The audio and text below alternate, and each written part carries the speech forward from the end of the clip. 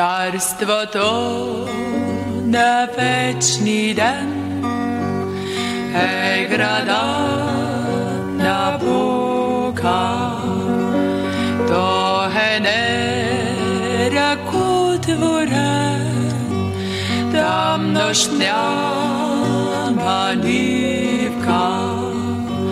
Бог си сълзи ще изтри, там смъртта не ще зарие. Вечността не смята се с ние, като няма нужди. Портите са бисерни в този град на Бога. Улиците златни вси, там нощ няма нивка. Бог си сълзи ще изтри, там смъртта не ще зари. Вечността не смята се с дни, като няма нужди. С отворени врата е градът на Бога. Жива там тече вода, там нощ няма нивка.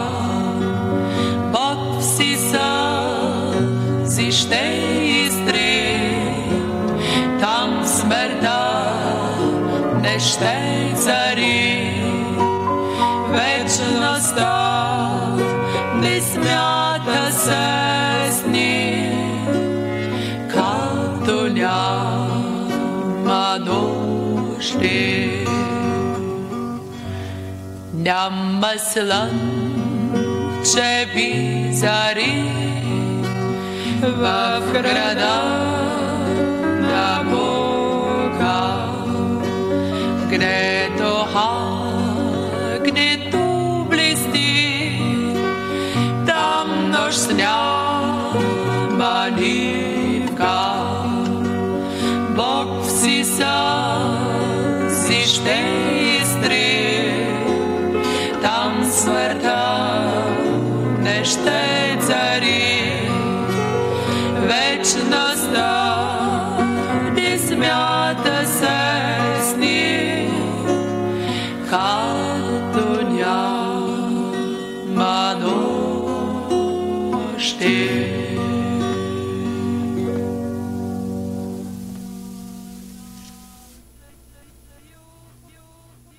Човек, който е сътворен от Създателя жива душа, надарен със сила и разум, чувства и желания, ще умре ли и завинаги да премине в забвение и небитие? Що е човекът? Ще живее ли след смъртта?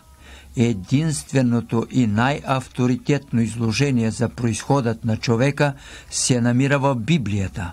Библията казва: „И създаде Бог човека от пръст на земята и вдъхна в ноздрите му дихание на живот. И стана човек душа жива.“ Човека, следователно, бе направен от пръста на земята, буцакал, която в Божията ръка се превърна в жива душа. Това обаче е само едната част от очарователната тайна на човешкият произход. Словото Божие по-нататък обяснява: „И рече Бог да направим човека по наш образ и по наше подобие. И тъй Бог сътвори човека по свой собствен образ, мъжки и женски ги сътвори.“ Изразът образът Божий показва, че човек е разумно същество, надарено с чувства и със свободна воля. Тези способности са вложени в един храм от пръст. Това е само едната част от човешкият анализ, Освен това, човек е също и една жива душа. Точно този факт показва, че човек е творение предназначено да живее вечно. Всеки от нас е имал случай да присъства на смъртът на някого.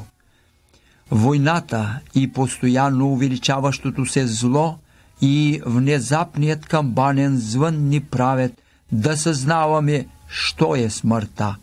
Истина е, че телесната ни скиня е изградена от пръст, т.е. нашето физическо тело умира. Тогава, като че ли сме склонни да кажем: това е краят на всичко, смъртта има победата и какво може да се очаква повече. Поради нашата скръб, скептицизъм или неверие, ние сами отреждаме за себе си подобна съдба. Свеждаме себе си до положението на едно животно. Тогава защо да не ядем, да пием и се женим, защото утре ще умрем?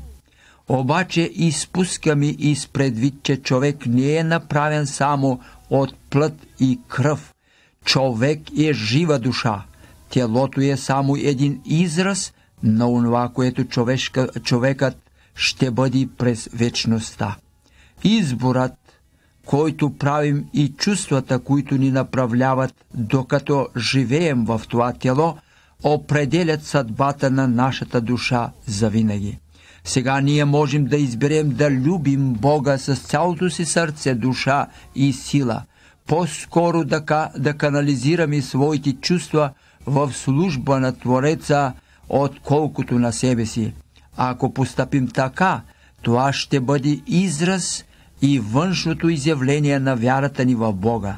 Бог казва: а без вяра не е възможно да угоди някой на Бога, защото този, който идва при Бога, трябва да вярва, че има Бог и че Той е мъздовъздател на уния, които го любят. Обаче ние също сме в сила и състояние да изберем да живеем на земята без Бога, да презрем заповедите Му, да отхвърлим всичките Му предписания и увещания